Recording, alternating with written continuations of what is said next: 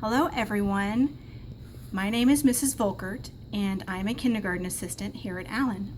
I'm here to read to you one of my favorite stories that my children liked to hear at bedtime called You Are Special by Max Lucado. The Wemmicks were small wooden people. All the wooden people were carved by a woodworker named Eli. His workshop sat on a hill overlooking their village. Each Wemmick was different. Some had big noses, others had large eyes. Some were tall, others were short. Some wore hats, others wore coats. But all were made by the same carver. All lived in the village. And all day, every day, the Wemmicks did the same thing. They gave each other stickers. Each Wemmick had a box of golden star stickers and a box of gray dot stickers. Up and down the streets all over the city, people spent their days sticking stickers or dots on one another. The pretty ones, those with smooth wood and fine paint, always got stars. But if the wood was rough or the paint chipped, the Wemmicks gave dots. The talented ones got stars too. Some would lift their big sticks high above their heads or jump over tall boxes. Still others knew big words or could sing pretty songs. Everyone gave them stars. Some Wemmicks had stars all over them. Every time they got a star, it made them feel so good, and they wanted to get another star. Others, though, could do little, and they got dots. Punchinello was one of these. He tried to jump high like the others, but he always fell. And when he fell, the others would gather around and give him dots. Sometimes when he fell, his wood got scratched, so people would give him more dots. Then, when he would try to explain why he fell, he would say something silly, and the Wemmicks would give him even more dots. After a while, he had so many dots that he didn't want to go outside. He was afraid he would do something dumb, such as forget his hat or step in the water, and then people would give him another dot. In fact, he had so many gray dots that some people would come up and give him one for no reason at all. He deserves lots of dots, the wooden people would agree with one another.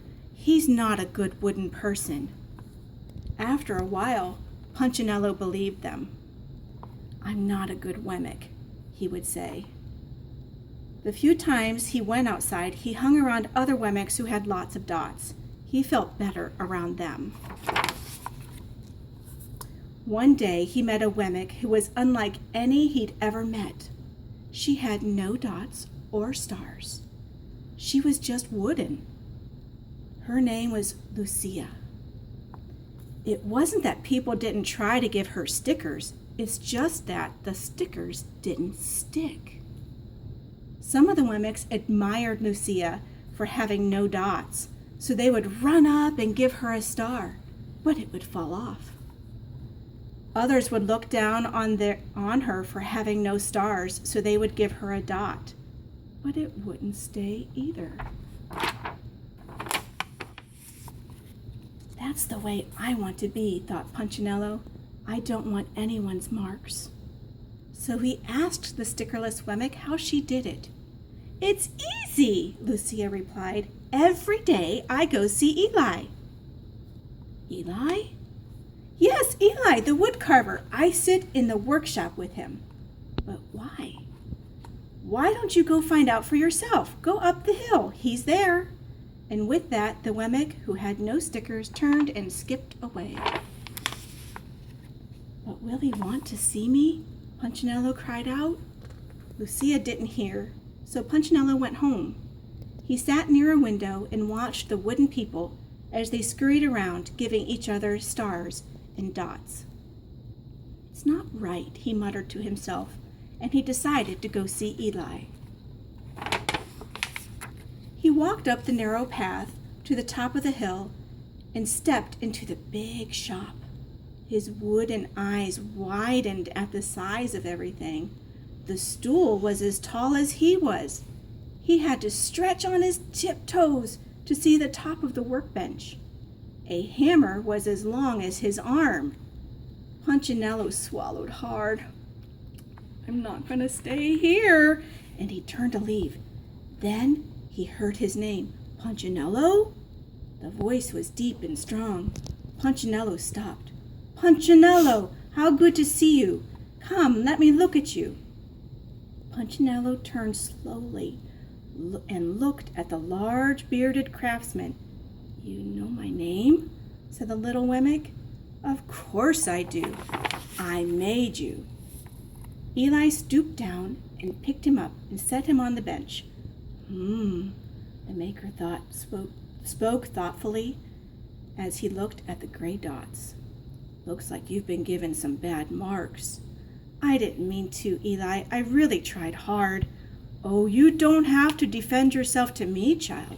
I don't care what the other Wemmicks think." "You don't?" "No, you shouldn't either. Who are they to give stars or dots? They're Wemmicks just like you. What they think doesn't matter, Punchinello. All that matters is what I think, and I think you're pretty special." Punchinello laughed. "Me? Special? Why? I can't walk fast. I can't jump. My paint is peeling. Why do I matter to you?" Eli looked at Punchinello, put his hands on those small wooden shoulders, and spoke very slowly. "Because you're mine. That's why you matter to me." Punchinello had never had anyone look at him like this, much less his maker. He didn't know what to say. "Every day I've been hoping you'd come," Eli explained. "I came because I met someone who had no marks," said Punchinello. "I know. She told me all about you." "Why don't the stickers stay on her?" The maker spoke softly again. "Because she has decided that what I think is more important than what they think. The stickers only stick if you let them." "What?" "The stickers only stick if they matter to you. The more you trust my love, the less you care about their stickers." "I'm not sure I understand." Eli smiled. "You will, but it will take time. You've got lots of marks. For now, just come to see me every day and let me remind you just how much I care." Eli lifted Punchinello off the bench and set him on the ground. "Remember," Eli said, as the Wemmick walked out the door, "you are special because I made you, and I don't make mistakes." Punchinello didn't stop, but in his heart he thought, "I think he really means it." And when he did, a dot fell to the ground. The end.